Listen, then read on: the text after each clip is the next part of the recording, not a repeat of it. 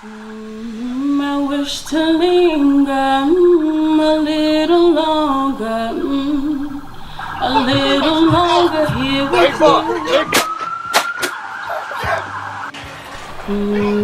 I wish to linger a little longer here with you.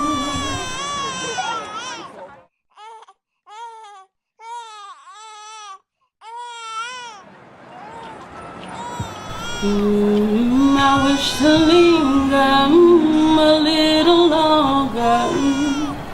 a little longer here with you.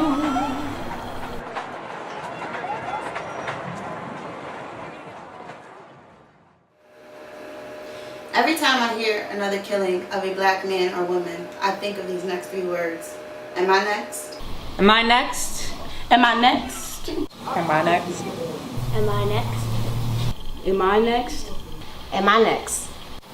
Am I next? Am I next? Is my mother next? Is my little brother next? Is my cousin next? Is my 14-year-old sister next? Is my daughter next? Am I next?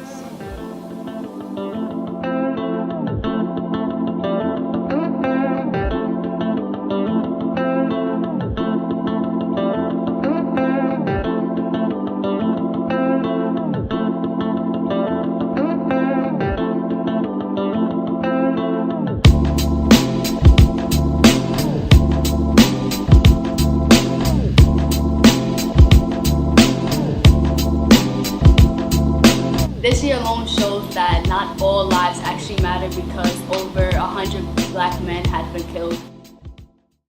It's scary waking up every morning to that. It's exhausting, it's tiring, it's annoying, and then you have this type of anticipation of like who's gonna be next.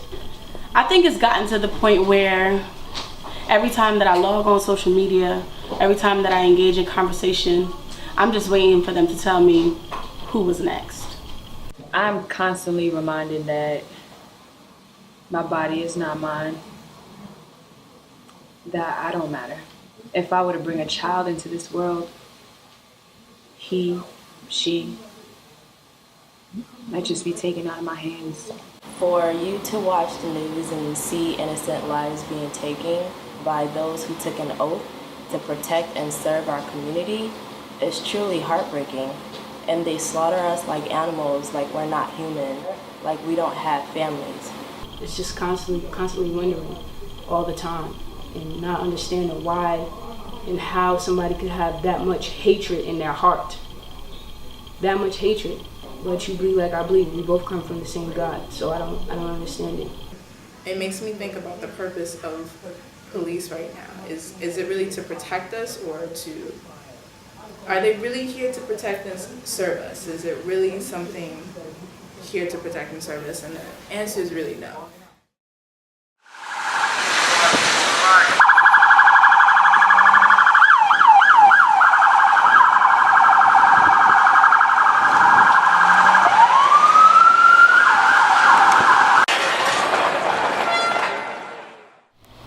I've been pulled over in my neighborhood 3 times in the last month.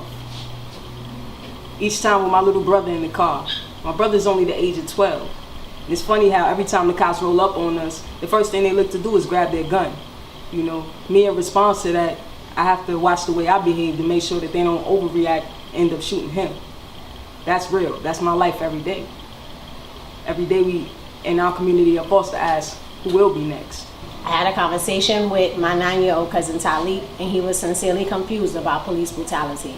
He was confused that the people that we called to help us could do such things to us. Like, my brother is like 16 now, so he's getting to that age where it's kind of like a target age group, around like 18 to like 24. I feel like they target black men.